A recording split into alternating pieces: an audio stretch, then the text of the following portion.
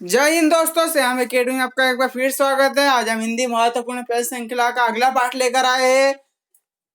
जिन्होंने पुराने पार्ट नहीं देखे हो, जाकर पुराने पार्ट देख लीजिए। तो आज के सेशन का पहला क्वेश्चन है, महेंद्र का संधि विच्छेद क्या है? महेंद्र का संधि विच्छेद क्या है? जैसे ही हम 1 तारीख से जब क्लासेस शुरू करेंगे रेगुलर, तो उसमें आपको मैं संधि की 3 से 4 ट्रिक बताऊंगा, जिसमें जो भी आपको अच्छी लगे आप उसका यूज करके आप याद कर सकते। तो महेंद्र का संधि विच्छेद क्या होगा? तो महेंद्र का संधि विच्छेद होगा महाधन इंद्र। ये होती है गुण संधि। तो इसका राइट ऑप्शन है ए। इसी प्रकार से क्वेश्चन नंबर 2, त ध्वनि का सही उच्चारण स्थान है कंठ, दंत, मूर्धा या तालु। तो त ध्वनि का सही उच्चारण है दंत। दंत के बाद जब हम पहला ही हमारा जो लेक्चर होगा 1 तारीख का, उसमें हम पढ़ेंगे कि दंत से कौन सा कंठ, तालु से कौन सा कंठ, से कौन सा मूर्धा, तालु, ओष्ठ, ये सारी चीजों के हम पढ़ेंगे कि कौन सा अक्षर किसके अंतर्गत आता है। ये सारी चीजें हम पढ़ेंगे, ऐसा ध्वनि के अंतर्गत उच्चारित होंगे। सो यहाँ से क्वेश्चन बनता है और इसको हम ध्यान से और ट्रिक के साथ इसे याद रखेंगे। क वर्ण किसके योग से बना है? जैसा कि मैंने दूसरे लेक्चर में आपको बताया था हिंदी के कि क क्या है, एक व्यंजन है, और जो व्यंजन होता है वो हमेशा स्वर की सहायता से बोले जाते हैं। तो यहाँ पर स्वर आपको क्या दिख रहा है? सीधा सा क्वेश्चन, यहाँ पर स्वर क्या दिख रहा है आपको?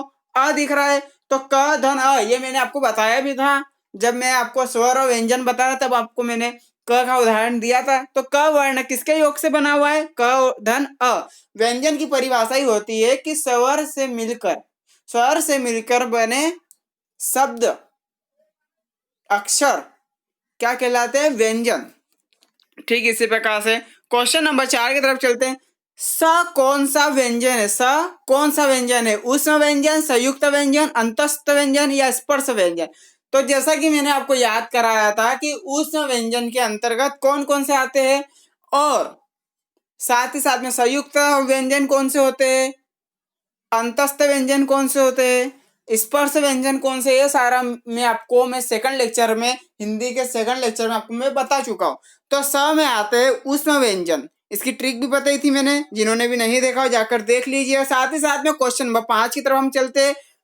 इनमें से किस शब्द में वर्ण संबंधी अशुद्धि नहीं है? आगामी, उज्ज्वल, अध्ययन, अधीन। तो इसमें अशुद्धि नहीं है, वर्ण संबंधी अशुद्धि नहीं है। ये नहीं पर विशेष तौर पे फोकस कीजिए, और एक अशुद्धि पर। अशुद्धि नहीं है तो किस पर नहीं है? अधीन में, क्योंकि आगामी नहीं लिखा जाता है, आगामी लिखा जाता है। उज्ज्वल में इस टाइप से ज बनता है, 2 ज बनते हैं, एक फूल बनता है, एक आधा बनता है, जिसको द्वित्व व्यंजन भी कहते हैं। अब द्वित्व व्यंजन क्या होता है ये आपको मैं पढ़ाने वाला हूँ। साथ ही साथ में अध्ययन में भी क्या होता है? द्वित्व व्यंजन होता है, 2 य होते हैं। ठीक है, तो इसी प्रकार राइट ऑप्शन क्या होगा? डी। इसी प्रकार क्वेश्चन नंबर 6 की तरफ हम आगे बढ़ते हैं। तो इनमें से किस शब्द में समाज संबंधी अशुद्धियां नहीं है? किसमें नहीं है? इकलौता, एकतारा, निर्दोष या आत्मपूर्ण। तो समाज संबंधी अशुद्धि है। समाज संबंधी अशुद्धि किसमें है? ध्यान रखिए, एकतारा में समाज संबंधी अशुद्धि है।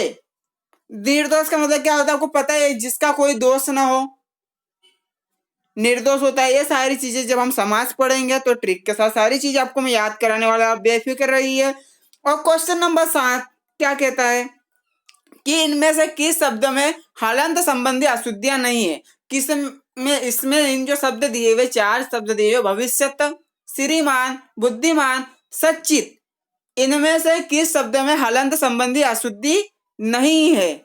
तो बुद्धिमान में, जो बुद्धिमान शब्द है, बुद्धिमान शब्द में अशुद्धि नहीं है, क्योंकि श्रीमान में भी हलंत लगता है, सच्चित में भी लगता है, भविष्यत में भी लगता है, लेकिन बुद्धिमान में नहीं लगता है। तो इनमें से किस शब्द में हलंत संबंधी अशुद्धि नहीं है? तो बुद्धिमान में नहीं है। तो इसी प्रकार से क्वेश्चन नंबर 8 की तरफ हम चलते हैं। इनमें से किस शब्द में चंद्र बिंदु संबंधी अशुद्धि नहीं है? चंद्र बिंदु संबंधी अशुद्धि है। सॉरी, देखो आज मेरे से भी गलती हो गई यहाँ पर नहीं और है के कॉन्सेप्ट में, इसलिए आप लोग भी विशेष तौर पर क्वेश्चन को पढ़िएगा। इनमें से किस शब्द में चंद्र बिंदु संबंधी अशुद्धि है? तो चांद तो सही लिखा हुआ है, दांत भी सही लिखा है, अंगना भी सही लिखा है, लेकिन पहुंच गलत लिखा है। पहुंच में भी चंद्र बिंदु लगता है। ठीक है, इसी प्रकार से हम इसका राइट ऑप्शन होगा बी। इसी प्रकार से हम क्वेश्चन नंबर 9 की तरफ चलते हैं। योजक चिन्ह, जब हम चिन्ह आपको पढ़ाएंगे, चिन्हों का उपयोग पढ़ाएंगे और इसी के साथ हम चिन्हों को इंग्लिश में भी कवर करेंगे। इंग्लिश का जो लेक्चर लेंगे उसके अंदर भी फुल स्टॉप, सारा एपोस्ट्रॉफी वगैरह हम सब कुछ आपको पढ़ाएंगे। इनमें से योजक चिन्ह कौन सा है आपको बताना है। आपको पहला पता है कि ये कौन सा चिन्ह है, पूर्ण विराम है। दूसरा कौन सा है, कामा है। तो तीसरा कौन सा है, तीसरा है अल्प विराम। तो सी इसका राइट ऑप्शन होगा। इसी प्रकार से क्वेश्चन नंबर 10 की तरफ हम आगे बढ़ते हैं। तो संज्ञा कितने भेद है, ये आप सभी को पता है। संज्ञा के कितने भेद होते हैं, तो संज्ञा के कितने भेद होते हैं, 5 भेद होते हैं। इसी प्रकार से हम क्वेश्चन नंबर 11 की तरफ चलते हैं। इनमें से भाववाचक संज्ञा कौन सी है, कौन सी है। सभा, घर, श्याम, लंबाई। तो जब हम किसी भी भाववाचक, हम जब संज्ञा पढ़ेंगे तब आपको हम बताएंगे कि किस प्रकार से संज्ञा से विशेषण, संज्ञा से विशेषण बनाया जाता है, किस प्रकार से प्रविशेषण बनाया जाता है, ये सारी चीजें हम बताएंगे। तो अभी फिलहाल में इसका राइट ऑप्शन है ए, लंबाई। ठीक इसी प्रकार से भाववाचक बनाना भी सिखाएंगे, सब कुछ आपको बताएंगे। कम से कम जो संज्ञा का जो हमारा उस वक्त लेक्चर होगा वो मिनिमम 2 दिन का हमारा लेक्चर रहेगा केवल संज्ञा पर ही, क्योंकि हम एक एक चीज को डिटेल से कैसे परिवर्तित किया जाता है, भाववाचक संज्ञा, समूहवाचक संज्ञा, हम टोटल चीजें सब पढ़ेंगे। तो अब बने रहिए, अधिक से अधिक लाइक शेयर सब्सक्राइब कीजिए। और क्वेश्चन नंबर 12 की तरफ हम चलते हैं। तो इनमें से कौन सा शब्द पुल्लिंग है।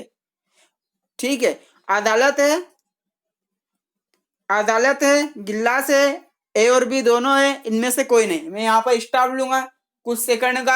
आप बताइए कि इसमें से क्या होगा। तो इनमें से कौन सा पुल्लिंग होगा, ध्यान रखिए। तो बताइए क्या होगा। तो इसका राइट ऑप्शन है बी, गिलास।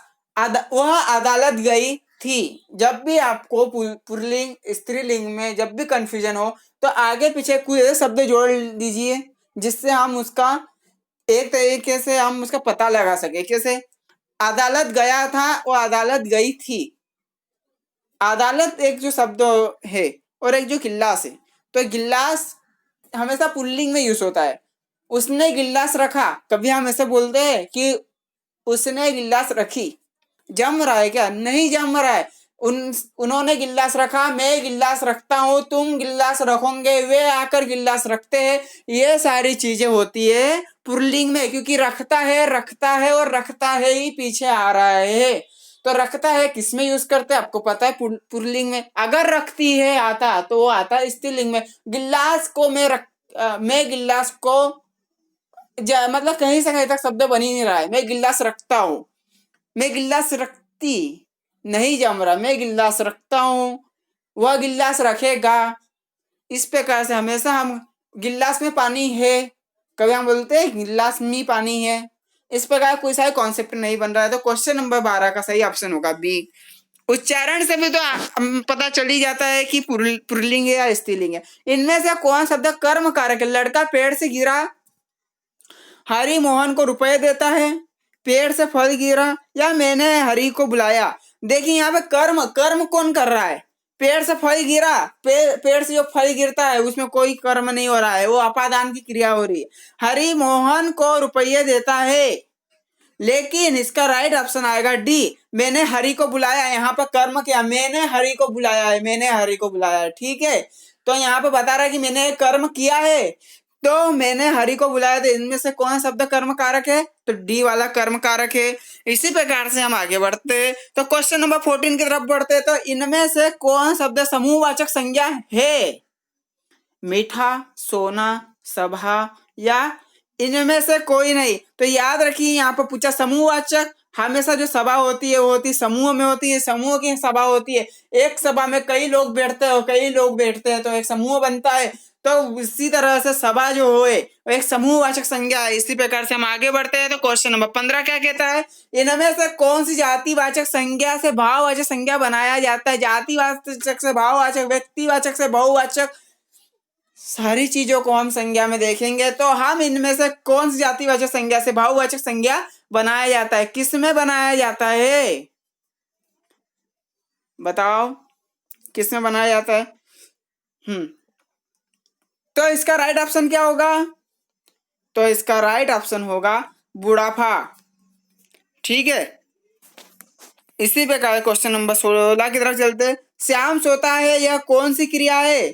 श्याम सोता है, श्याम सोता है किसकी क्रिया है? यहाँ पर केवल और केवल कर, यहाँ पर श्याम सोता है, यह कौन सी क्रिया है? जब हम क्रिया पढ़ेंगे सकर्मक अकर्मक पढ़े तो आपको मैं अच्छी डिटेल से बताऊंगा। तो इसका राइट ऑप्शन होगा अकर्मक क्रिया। ठीक है, ये एक्टिव वॉइस पैसिव वॉइस की तरह होते हैं, सकर्मक अकर्मक। सो हम इसको अच्छे से पढ़ेंगे और एक्टिव वॉइस पैसिव वॉइस को भी हम इंग्लिश में भी अच्छे से पढ़ेंगे और साथ ही साथ में पेडागोजीज भी पढ़ेंगे, सारे सब्जेक्ट की पेडागोजी पढ़ेंगे। सो लाइक शेयर सब्सक्राइब कीजिए। जय हिंद, जय भारत।